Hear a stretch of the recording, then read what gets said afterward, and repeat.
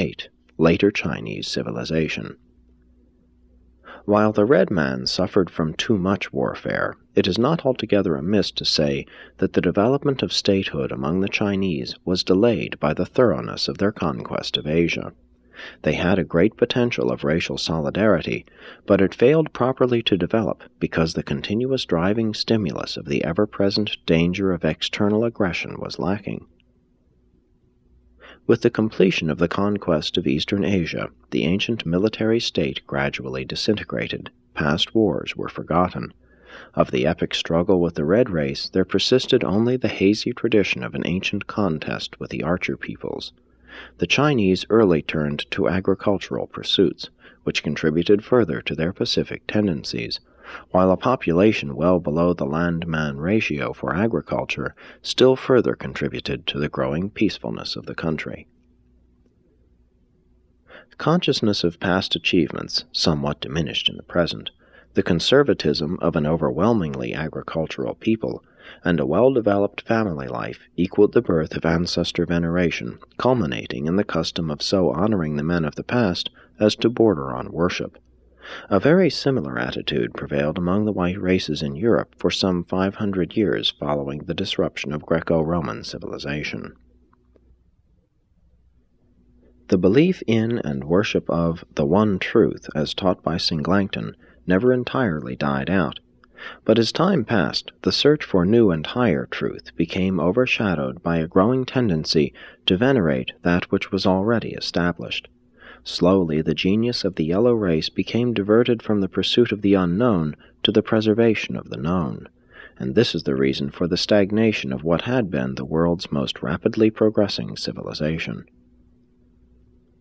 Between 4000 and 500 BC, the political reunification of the yellow race was consummated, but the cultural union of the Yangtze and Yellow River centers had already been effected.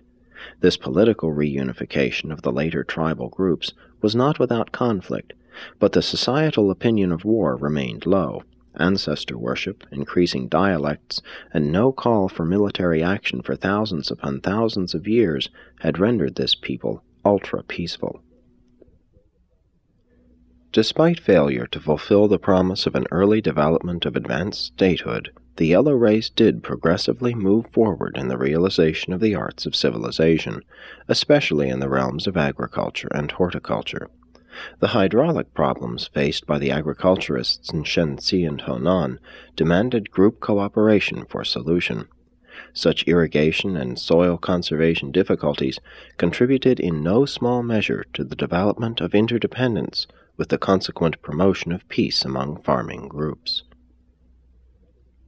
Soon, developments in writing, together with the establishment of schools, contributed to the dissemination of knowledge on a previously unequaled scale.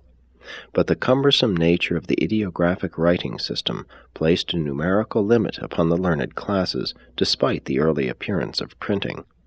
And above all else, the process of social standardization and religio-philosophic dogmatization continued apace. The religious development of ancestor veneration became further complicated by a flood of superstitions involving nature worship, but lingering vestiges of a real concept of God remained preserved in the imperial worship of Shang-Ti. The great weakness of ancestor veneration is that it promotes a backward-looking philosophy. However wise it may be to glean wisdom from the past, it is folly to regard the past as the exclusive source of truth. Truth is relative and expanding. It lives always in the present, achieving new expression in each generation of men, even in each human life. The great strength in a veneration of ancestry is the value that such an attitude places upon the family. The amazing stability and persistence of Chinese culture is a consequence of the paramount position accorded the family, for civilization is directly dependent on the effective functioning of the family, and in China the family attained a social importance, even a religious significance, approached by few other peoples. The filial devotion and family loyalty exacted by the growing cult of ancestor worship ensured the building up of superior family relationships and of enduring family groups, all of which facilitated the following factors in the preservation of civilization. 1. Conservation of property and wealth. 2. Pooling of the experience of more than one generation. 3. Efficient education of children in the arts and sciences of the past. 4. Development of a strong sense of duty, the enhancement of morality, and the augmentation of ethical sensitivity. The formative period of Chinese civilization, opening with the coming of the Andites, continues on down to the great ethical, moral, and semi-religious awakening of the 6th century before Christ. And Chinese tradition preserves the hazy record of the evolutionary past, the transition from mother to father family, the establishment of agriculture, the development of architecture, the initiation of industry. All these are successively narrated. And this story presents, with greater accuracy than any other similar account, the picture of the magnificent ascent of a superior people from the levels of barbarism. During this time, they passed from a primitive agricultural society to a higher social organization embracing cities, manufacture, metalworking, commercial exchange, government, writing, mathematics, art, science, and printing. And so the ancient civilization of the yellow race has persisted down through the centuries.